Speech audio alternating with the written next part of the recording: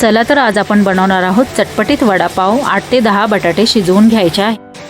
तर हे बटाटे उकडून तयार आहेत। बनवण्यासाठी आपल्याला वरचं जे वड्याच्या वरचं बेसनचं कव्हर आहे ते बनवण्यासाठी आपण घेतलेलं आहे बेसनचे पीठ। यामध्ये आपण ॲड करणार आहोत हळद, यानंतर यामध्ये आपण ॲड करणार आहोत नमक, यानंतर आपण ॲड करणार आहोत धना जिरा पावडर, यानंतर आपण यामध्ये पाणी हळूहळू थोडे पाणी ॲड करून याला एकजीव होईपर्यंत हे मिश्रण हलवून घेणार आहोत, एकही गुठळी न ठेवता।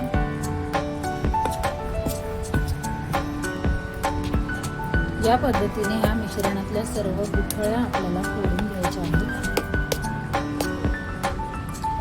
तर या पद्धतीने पिठातील सर्व गुठळ्या सुटलेल्या आहेत पहा, आणि या पद्धतीने असं थिक असं पीठ बनवायचं आहे। ते जास्ती घट्ट पण नाही बनवायचं आहे आणि जास्ती पातळ पण नाही बनवायचं आहे।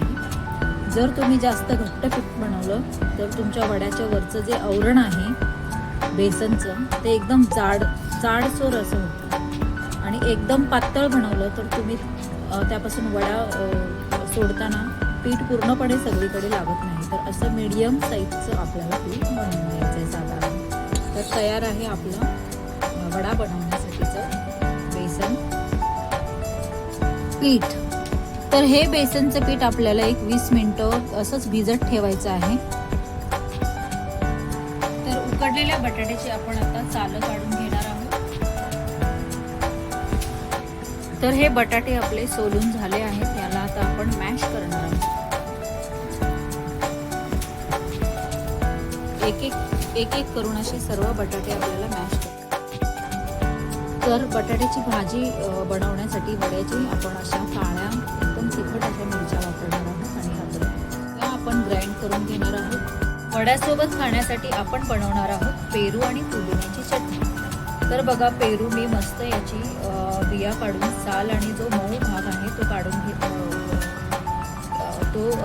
घेतला आहे। बिया पूर्ण काढून टाकलेल्या आहेत। दही घेतलेला आहे, छान साफ केलेली कोथिंबीर घेतलेली आहे, 2 ते 3 मिरच्या, अद्रक आणि साफ करून घेतलेला भरपूर असा पुदिना घेतलेला आहे। तयार आहे पहा, ग्राइंड करून घेतल्यानंतर आपली पेरूची चटणी। यामध्ये आपण ॲड करणार आहोत पाव चमचा नमक। हे नमक टाकून आपल्याला याला छान हलवून घ्यायचं आहे। तर तयार आहे आपली चटपटीत अशी चविष्ट पेरूची चटणी। दही घातल्यामुळे बघा ह्या चटणीला छान असा रंग आलेला आहे। तापलेल्या तेलामध्ये आपण अगोदर कांदा भाजून घेणार।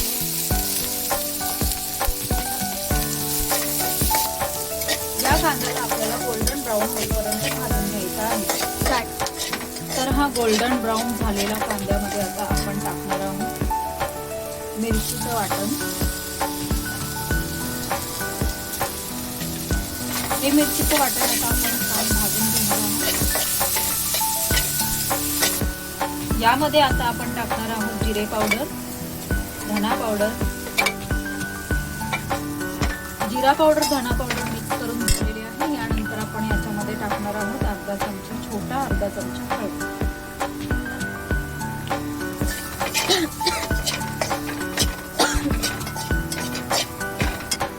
यानंतर आपण यात टाकणार आहोत बारीक कापलेली कोथिंबीर।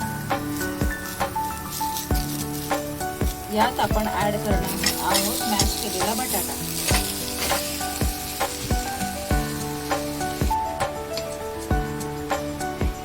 यात आपण ॲड करणार आहोत अर्धा चमचा नमक, मीठ।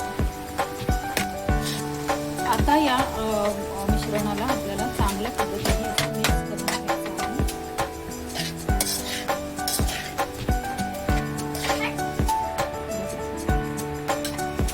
तर या पद्धतीने बटाट्याला आपल्याला एकजीव हलवेपर्यंत या भाजीला हलवून घ्यायचं आहे। ही भाजी आपली तयार आहे पहा, छान असा पिवळसर रंग आलेला आहे। वड्याची भाजी थंड झाल्यानंतर या पद्धतीने आपल्याला असे चपटे वडे गोलाकार बनवायचे आहेत। तेल गरम करून घेतलेलं आहे। यामध्ये आपण बघा तिखट लाल चटणी बनवण्यासाठी बघा अशा पद्धतीने छान असं बेसनचं पीठ तळून घेणार आहोत। या पद्धतीने आपल्याला सर्व वडे असे गोल आकाराचे वड्याच्या आकाराचे बनवून घ्यायचे। वड्याचे कवर बनवण्यासाठी जे पीठ आपण बनवलं होतं तेच पीठ आपण तळून घेत आहोत. ज्याप्रमाणे आपण भजी तळतो त्याप्रमाणे हे पीठ नुसतं आपल्याला तळून घ्यायचं आहे. तिखट रेड चटणी वड्याच्या पावाच्या आतमध्ये लावण्यासाठी. तर हे छान खरपूस फ्राय करून घ्यायचं आहे. तर रेड चटणी बनवण्यासाठी जे आपण पीठ त्याच्यामध्ये टाकलं होतं ते छान खमंग खरपूस असं लाल बुंद भाजलेलं आहे. हे आता आपण काढून थंड व्हायला ठेवतो. तर तुम्हालाही हातामध्ये पीठ चिकटलेलं आवडत नसेल तर तुम्हीही या पद्धतीने बेसनच्या पिठामध्ये असा वडा टाकून त्याला चमच्याने चारी बाजूनी पीठ लावून घेऊन या पद्धतीने वडा तेलामध्ये सोडू शकता. तर असे एक एक करून वडे आता आपण तेलामध्ये पटापट सोडणार आहोत.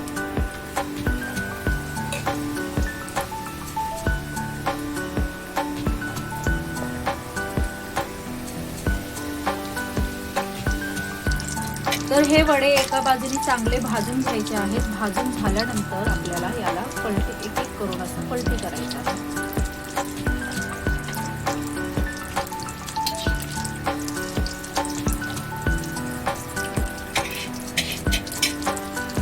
तर या पद्धतीने असा वडा लालसर असा होईपर्यंत तुम्हाला भाजून घ्यायचा आहे.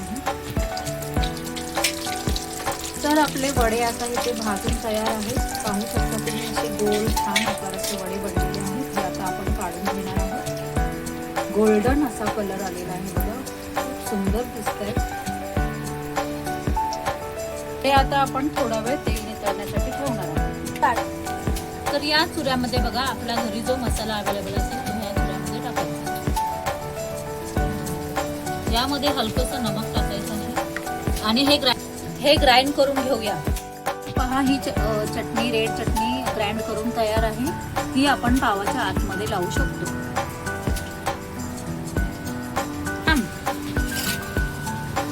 तर पहा या वड्यावर आपण चाट प्रमाणे अशी पेरूची चटणी मस्तपैकी घालून जसं आपण चाट खातो त्या पद्धतीने गरमागरम वड्यासोबत ही पेरूची चटणी खूप छान आणि टेस्टी लागते.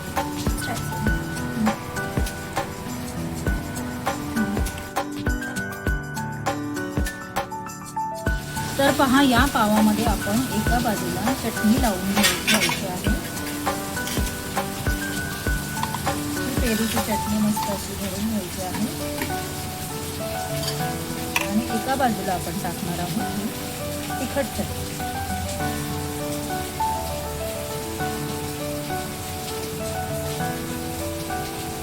आणि यामध्ये आता आपण भरणार आहोत वडा.